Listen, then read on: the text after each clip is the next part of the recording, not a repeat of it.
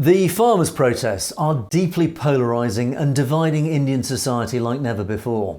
And as the protests continue today, state brutality against the protesters has continued unabated. Whilst Director General of Haryana Police has denied his force have used pellet guns on protesters at the Kanori and Shambu border areas, he has claimed the police have been using minimum force. However, this seems to be contradicted by video and photo evidence emerging across social media of victims which have shown extensive pellet wounds across their bodies. There have been concerning reports of people suffering serious eye damage and potential blindness when they were hit in the face by pellets fired by police.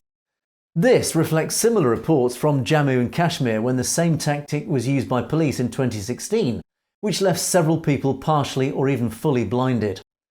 A farm union spokesman has claimed that over 200 people have now received serious injuries, including by pellet guns, and have been hospitalised.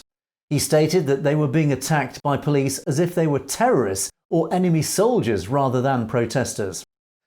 Meanwhile, Hindu extremists have been seen deliberately ratcheting up tensions over the protest and sending out a wave of anti-Sikh propaganda across social media, trying to establish fake narratives that the protests were primarily being driven by what they call Khalistan terrorists rather than genuine farmers concerned about their livelihood.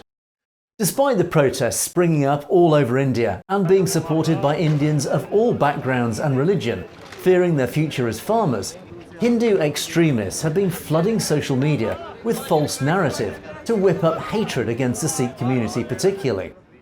Even as Sikh charities like Khalsa Aid and United Sikhs set up aid stations to help farmers injured by police brutality, they are finding themselves now targeted with hate by the extremists.